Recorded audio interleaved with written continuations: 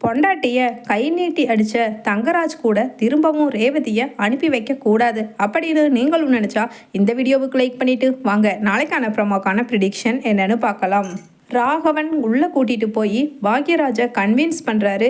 என்னதான் கன்வின்ஸ் பண்ணினாலும் பாக்யராஜ் ரேவதியை தங்கராஜ் கூட அனுப்ப மாட்டேன்னு பிடிவாதமாக இருக்க, அதே சமயம் ராகவன் சொல்லிடுறாரு, தங்கராஜ் ரேவதி ஏன் புள்ள, இந்த விஷயத்தில் நான் முடிவெடுத்துக்கிறேன், நீ அமைதியாக நில்லு அப்படின்னு சொல்லிட்டு வெளியில் வந்துட்டு, மாப்பிள்ளை உட்காருங்க மாப்பிள்ளை, ரேவதியை கூட்டிகிட்டு போயிடுவீங்களாமா அப்படின்னு சொல்ல, ரேவதியோ அப்பா அப்படின்னு சொல்லிட்டு பார்க்குறாங்க. உடனே ராஜலட்சுமி, நீ ரேவதியை உள்ளே கூட்டிகிட்டு போய் நல்லது கெட்டது எடுத்து சொல்லி அவளை மாப்பிள்ளை கூட அனுப்பி வைக்கிறதுக்கு வழியை பாரு அப்படின்னு சொல்ல, அதே சமயம் ராஜலட்சுமியும் ஆமாங்க ரேவதி நீ ஒரு நிமிஷம் வா அப்படின்னு உள்ளே கூட்டிகிட்டு போகிறாங்க ராஜலட்சுமியும். அதே சமயம் அங்கே உட்காந்து கால் மேலே கால் போட்டுட்டு மீசையை அப்படியே முறுக்குன மாதிரியே அங்கே நிற்கிற பாக்யராஜை இலக்காரமாகவும் தங்கராஜ் கிட்டேயே நீ மோதி பார்க்குறியாடா அப்படிங்கிற மாதிரியும், அங்கே உனக்கு இருக்குது இனிமேல் தானே என்கிட்ட ஆப்பு அப்படின்னு நினச்சிக்கிட்டே உட்காந்துருக்காரு தங்கராஜ். அதே சமயம் உள்ளே கூட்டிகிட்டு போய் ரேவதி கிட்ட பேசுகிற ராஜலட்சுமி சொல்கிறாங்க, இதை பாரு ரேவதி, உங்கள் அண்ணன் பேச்ச கேட்டுட்டு 2 குழந்தைங்கள நீ இங்கே வச்சுட்டு எத்தனை நாள் இருக்க முடியும்? இப்போ தரணியும் ஸ்கூலுக்கு போய்கிட்டு இருக்கான், இங்கே இருந்து அனுப்ப முடியாது. இனி அடுத்த வருஷம் பாப்பாவையும் ஸ்கூலில் சேர்த்தணும். பத்தாததுக்கு ராகவி இருக்கா, இத்தனை பேர்த்துக்கு உங்கள் அண்ணனால் ஃபீஸ் கட்ட முடியுமா? சும்மா நமக்கும் ரோசன்னு இங்கே உட்காந்துட்டா வாழ்கிறதுக்கான வழி வேண்டாம். பொண்ணாக பிறந்தா எல்லாத்தையும் பொறுத்து தாம்மா பிழைக்கணும். நான் பிழைக்கலையா இங்கே? உங்கள் அப்பா வேலைக்கு போயிட்டு வர சமயம் எத்தனை டென்ஷனாக வருவார், எத்தனை திட்டுவார். ஏன் அடி கூட நிறைய வாட்டி நான் வாங்கியிருக்கேன். அதெல்லாம் பயந்துட்டு பிழைக்காமல் இருந்திருந்தா உங்கள் 4 பேர்த்தையும் இவ்வளவு பெருசாக்கி கரை சேர்த்தி இருக்க முடியுமா அப்படின்னு ராஜலட்சுமியும் புத்திமதி சொல்ல, உடனே அங்கே ரேவதி சொல்கிறாங்க, அம்மா நம்ம அப்பா வேற இவர் வேறம்மா, இவரோட புத்தியெல்லாம் மாற்ற முடியாது. இருந்தாலும் என் அண்ணன் பாக்யராஜுக்கு இங்கே இருந்து நான் பாரமாக இருக்க விரும்பலம்மா, அதனால் நான் போகிறேன் அவர் கூட அப்படின்னு அங்கேருந்து வெளியில் கிளம்பி கண்ணில் வந்த லேசாக தண்ணியை தொடச்சிட்டு வெளியில் வர்றாங்க ரேவதி.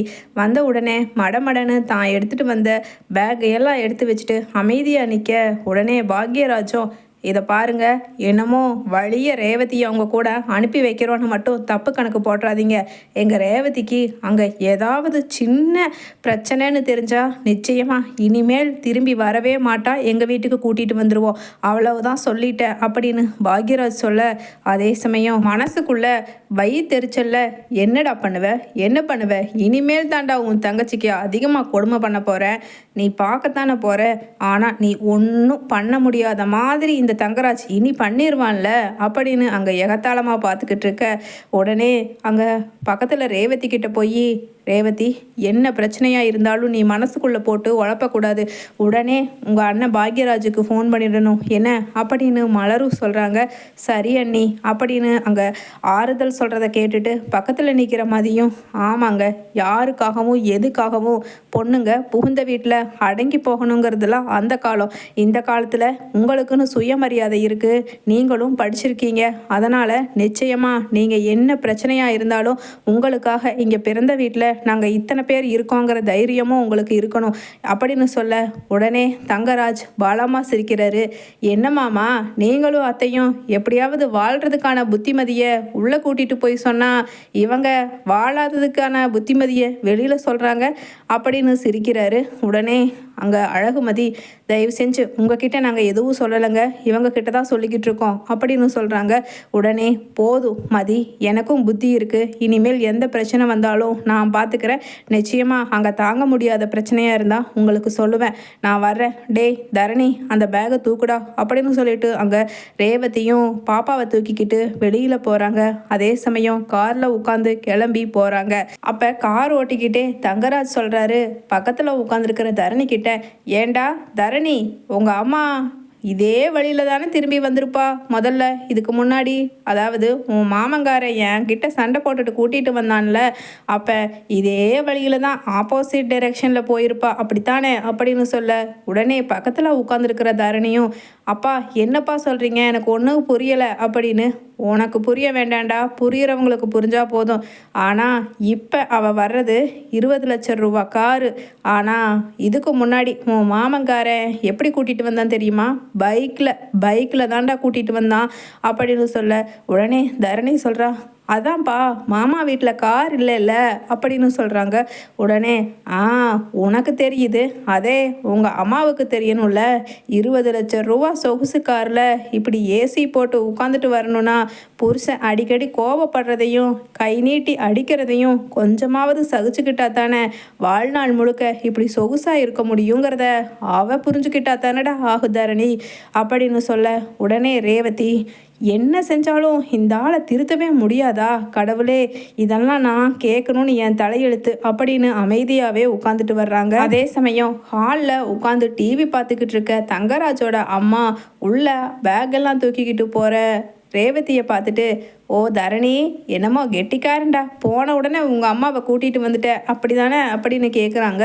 உடனே தங்கராஜ் சொல்கிறாரு, ஆமாம்மா ஆமாம், இவ பெரிய எலிசபெத் மகாராணி, இவளை கூட்டிகிட்டு வர்றது அவ்வளவு பெரிய கெட்டிக்காரத்தனம். ஏண்டி அங்கே போய் உட்காந்துட்டு என்ன திமிர் பேச்சு, உன் அண்ணன் பாக்யராஜ் இருக்கான்னு தைரியத்தில் என்னென்ன பேச்சு பேசுன. இப்போ இந்த இடத்துல நான் சொல்கிறத கவனமாக கேட்டுக்க. உன் அண்ணன் பாக்யராஜ் என்கிட்ட மோதி பார்த்துட்டான். இனிமேல் தான் தங்கராஜ்னா யார், அவன்கிட்ட மோதி பார்த்தா என்ன நடக்குங்கிறதுக்கான ஒவ்வொரு எஃபெக்டையும் அவன் பாப்பான் அப்படின்னு சொல்கிறாரு. உடனே அங்கே உட்காந்துருக்கிற பாட்டியோ, ஏண்டி புருஷன் அடித்தான்னு பிறந்த வீட்டுக்கு எல்லா பொண்ணுங்களும் போனால் இந்நேரம் முக்கால்வாசி பொண்ணுங்களும் குடும்பங்களும் சீரழிஞ்சு தான் இருக்கும். உன் அண்ணங்கார என்னமோ அத்தனை வாய்க்கிளிய டைலாக்காக பேசிட்டு போனால், ஏன்னா நான் இங்கேயே இருந்துக்கிறேன் போனான்னு சொல்லி அவனை தாட்டாம நீ என்னம்மா அவன் கூட சேர்ந்துட்டு போய் பில்டப் பண்ண. இனி எத்தனை நாளைக்கு போனாலும் பிறந்த வீட்டில் இருக்க முடியும் அப்படின்னு சொல்லிட்டு பேசுகிறாங்க. அதே சமயம் மறுநாள் எழுந்திருச்சு கிச்சனில் சமைச்சிக்கிட்டு இருக்க ரேவதிக்கு ஃபோன் வருது. யாருன்னு பார்த்தா ராஜலட்சுமி தான் பண்ணுறாங்க. ரேவதி உங்கள் அண்ணன் பாக்யராஜை போலீஸ் பிடிச்சிட்டு போயிட்டாங்கடி அப்படின்னு சொல்லிட்டு அழுகிறாங்க. உடனே அம்மா என்னம்மா சொல்கிற அப்படின்னு கேட்க, ஆமாண்டி, பேங்க்கில் ஏதோ பணத்தை கொஞ்சம் காணன்னு சொல்லி இன்னைக்கு காலையில் 10-11 மணிக்கு வந்து இப்போ போலீஸ் அரெஸ்ட் பண்ணிட்டு போயிட்டாங்களாமாண்டி. இப்போ பேங்க்லேருந்து வந்து சொல்லிட்டு போனாங்க அப்படின்னு அழுகிறாங்க. மாப்பிள்ளை இருந்தால் மாப்பிள்ளை கிட்ட சொல்லுடி அப்படின்னு சொல்ல உடனே, அம்மா எப்படிம்மா இந்த விஷயத்த நான் அவர்கிட்ட சொல்லுவேன் அப்படின்னு சொல்கிறாங்க. அதே சமயம் அங்கே அப்படியே தயங்கி போகிறாங்க அப்படின்னு சொல்லிட்டு அப்படியே செருமிக்கிட்டு சொல்ல அங்கே அப்படியே கண்ணாடிக்கு முன்னாடி நின்று பர்ஃப்யூம் அடிச்சுட்டு சட்டை காலரை கையோட பட்டனை போட்டுட்டு மடக்கி விட்டுட்டே அங்கே பார்த்துக்கிட்டு இருக்காரு கண்ணாடியை தங்கராஜ். என்னங்க எங்கள் அண்ணன் அப்படின்னு சொல்ல எதுவுமே பேசாமல் அமைதியாக நெஞ்ச நிமித்திட்டு கெத்தாக நிற்கிறாரு. ரேவதி சொல்கிறத காதில் கூட வாங்கிக்கிற மாதிரி தெரியாமல் அதே மாதிரி ரேவதியோ, எங்கள் அண்ணனை போலீஸ் பிடிச்சிட்டு போயிட்டாங்களா, எங்கள் அண்ணி அழுகிறாங்க, அம்மா அப்பான்னு எல்லாருமே அப்செட் ஆகி இருக்காங்க அப்படின்னு சொல்லிட்டு அங்கே மலர் சொல்ல உடனே, போலீஸில் பிடிக்க வச்சதே நான் தானே, இது உனக்கு முன்னாடி எனக்கு தெரியும்டி அப்படின்னு மனசுக்குள்ளே நினச்சிக்கிட்டு இருக்காரு. அதே சமயம் உன் பிறந்த வீட்டு நாயத்தை என்கிட்ட எதுக்கு சொல்கிறேன், அத்தனை வாய்க்கிழிய பேசுனான்ல, உள்ள போலீஸ் பிடிச்சிட்டு போனால் அவனுக்கு வெளியில் வர தெரியாதா என்ன, ஏன் உன் தம்பி கூட எஸ்ஐ தானே அப்படின்னு சொல்லிட்டு எகத்தாளம் பேச உடனே சந்தேகம் வருது ரேவதிக்கு இவர் வேலையாக இருக்குமோன்னு.